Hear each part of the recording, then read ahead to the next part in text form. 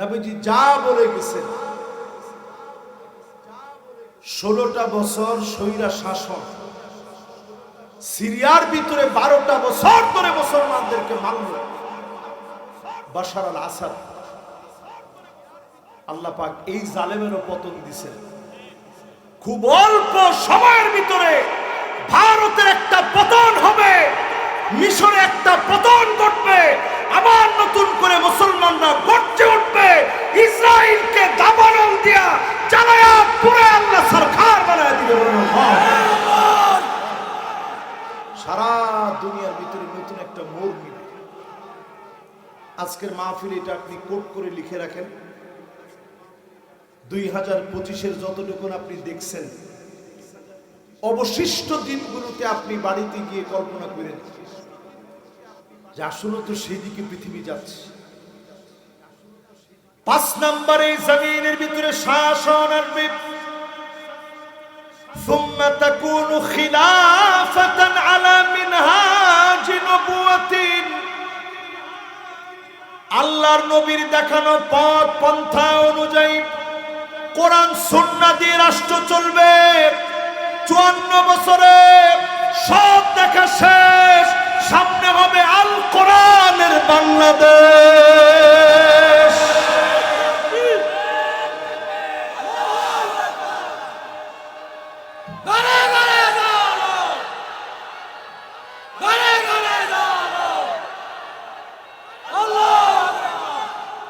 এবার একটু আপনারা আমার সাথে যদি বলেন তো দেখি, এই যে 5টা শাসন বললাম, 4টা আমরা দেখছি, একটা আমাদের দেখার বাকি আছে। বাংলাদেশে 54 বছরে সব দেখছেন। বাংলাদেশের 54 বছরে অনেক কিছু ঘটছে। শুধু যদি আল্লাহর কোরআন দিয়ে রাষ্ট্র চলে, আরেকটা নতুন অধ্যায় আমি আপনি সকলে মিলে দেখবো। জোরে করে আল্লাহু আকবার। এবার বলেন তো দেখি, আমরা কয় নাম্বার হাদিস শুনাইলাম? 4 নাম্বার। কয় নাম্বার? 5 নাম্বার হাদিস শুনেন আমার ভাইরা। মন ভাঙা যাবে না, এর ব্যাখ্যা শুনেন। আল্লাহ নবী বলেন এমন সময় আসবে, হাত্তা ইয়াসুদা কুল্লা কবিলাতিন মুনাফিকুহা, এলাকা এলাকায় মুনাফিক বেড়ে যাবে, জায়গায় জায়গায় মুনাফিকদের নেতৃত্ব চলবে। ঠিক কিনা বলেন? কি ঠিক? না না, বেঠিক জিনিস একটু আপনারা বলেন। ঠিক আসলে কি চলতেছে? তার মানে আপনি 5ম নাম্বারটাও যদি মিলায় দেখেন, দেখবেন পুরি মিলে গেছে। 6ষ্ঠ নম্বরে আল্লাহর হাবিব বলেন, হাত্তা তাউদ আরদুল আরব মুরুজান ওয়া আনহারা, গোটা আরব সবুজ হয়ে যাবে। আরবের ভিতরে বৃষ্টি শুরু হবে, বন্যা হবে, প্লাবন হবে। সৌদি আরবের দিকে তাকায় দেখেন, সবুজ হয়ে যাচ্ছে, প্লাবিত হয়েছে। দুবাই প্লাবনের মধ্যে পড়েছে। তার মানে বোঝা যায় একটা একটা করে সব দৃশ্যগুলা যিনি দেখায় দিচ্ছেন তিনি কে? আল্লাহ। 6 নাম্বার হাদিস মিলান আমার ভাইরা। কয় নাম্বার? 6 নাম্বার হাদিসটা মিলান। সব রাসূলুল্লাহর পাক জবান থেকে বের হওয়া কথা। নবীজি বলেন 6 নম্বরে শুনুন, আল্লাহর হাবিব জানায় দিলেন এমন কেন হবে? এই জন্য হবে, নবীজি স্বপ্ন থেকে একদিন উঠলেন। নবীজি খুব ভয় নিয়ে বললেন, ওয়াইলুন লিল আরব, আরব ধ্বংস হয়ে যাবে। আবার বললেন, ওয়াইলুন লিল আরব, আরব ধ্বংস হয়ে যাবে। আবার বললেন, ওয়াইলুন লিল আরব, আরব ধ্বংস হয়ে যাবে। কয়বার বলছেন?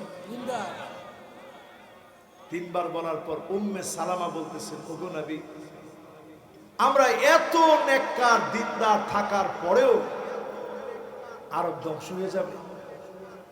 আল্লাহর হাবিব বলেন, ইদা কাসুরাল খাবাস, খারাপি বেড়ে যাবে, অন্যায় বেড়ে যাবে, অশ্লীলতা ঢুকে যাবে, এরপরে আরবকে যিনি ধ্বংস করবেন তিনি কে? এই অল্প কিছুদিনের হিস্ট্রি একটু ঘেটে দেখেন। মাদায়েনে সালেহের ভিতরে নর্তকী এনে নাচ গান করানো হচ্ছে বর্তমান সৌদিতে। এটা বললেও তো কলিজার ভিতরে একটা চাপ লাগে। যেই জায়গাকে এত মহব্বত করে লক্ষ লক্ষ টাকা খরচ করে আমরা যাই, সেই কাবাল মুকাররমা রিয়াদের ভিতরে পচ্ছদ সাজায়া, সেখানে কাবার আদলে মঞ্চ সাজায়া নর্তকীদেরকে দিয়ে নাচ গান করানো হচ্ছে।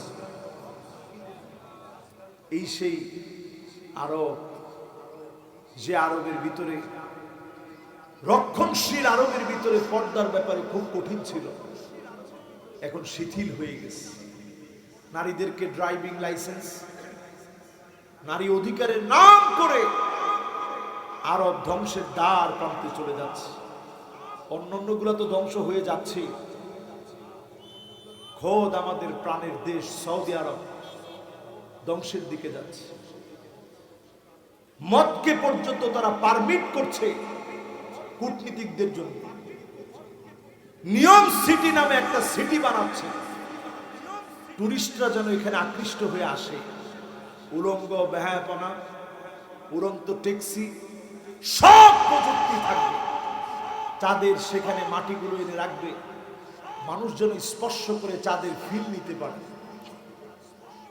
এরকম সব রোবট দিয়ে প্রযুক্তিকে নিয়ন্ত্রণ করবে।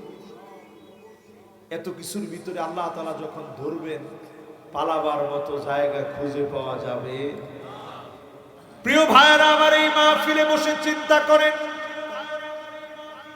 আমার নবী ক্ষুধার যন্ত্রণায় কষ্ট করলেন,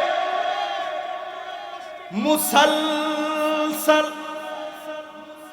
এমন দিনের পর দিন চলেছে। একদিন চুলার ভিতরে আগুন জ্বললে অন্য দিন নবীর চুলার ভিতরে আগুন ছিল না। ফজরের নামাজের সময় নবীজি যেতেন, নামাজ পড়ায় জিকির আজকার করে আল্লাহকে ডেকে নফল সালাত আদায় করে নবীজি যখন ঘরের মধ্যে ফিরতেন, আল্লাহ নবী বলতেন আম্মা জানদেরকে, ও প্রাণের স্ত্রীরা, কোন খাবার কি আছে? স্ত্রীরা বলতো, ও নবী, ঘরের ভিতরে কোনো খাবার নাই। নবীজি বলতেন, যাও, রোজা রেখে ফেললাম। ক্ষুধা পেটে এক ডুব পানি নবী খেতে পারে না, কোন খাবার নবী খায় নাই, একটা খেজুর পর্যন্ত সাহারিতে মুখে দিতে পারে নাই। নফল রোজা রেখে ফেলতেন, ক্ষুধা পেটে কষ্ট করে ক্ষুধার যন্ত্রণা সহ্য করতেন। একদিনের জন্য আল্লাহর কাছে নবীজি বলে নাই, কেন এত কষ্ট দিলেন? যদি শুধু নবীজি অন্তরের ভিতরে আনতেন, আল্লাহ উহুদ পাহাড়টাকে স্বর্ণ বানা দেন, মনের ভিতরে আসতে দেরি হতো। গোটা উহুদ পাহাড়কে স্বর্ণ বানায়া নবীজিকে যিনি হাদিয়া করে দিতেন তিনি কে? আল্লাহ।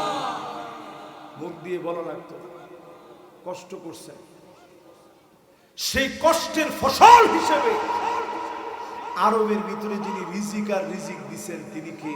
আল্লাহ। আমরা কয় নাম্বার হাদিসে আছি মনে আছে আপনাদের? সবাই একটু বলেন তো দেখি, কয় নাম্বার? যিনি 5 বলছে জরিমানা হওয়া লাগে না? এবার একটু সবাই মনোযোগ নিয়ে বলেন তো দেখি, কয় নাম্বার? এই 6 নাম্বার পর্যন্ত যা যা বললাম এগুলা কি মিলতেছে আমাদের সাথে?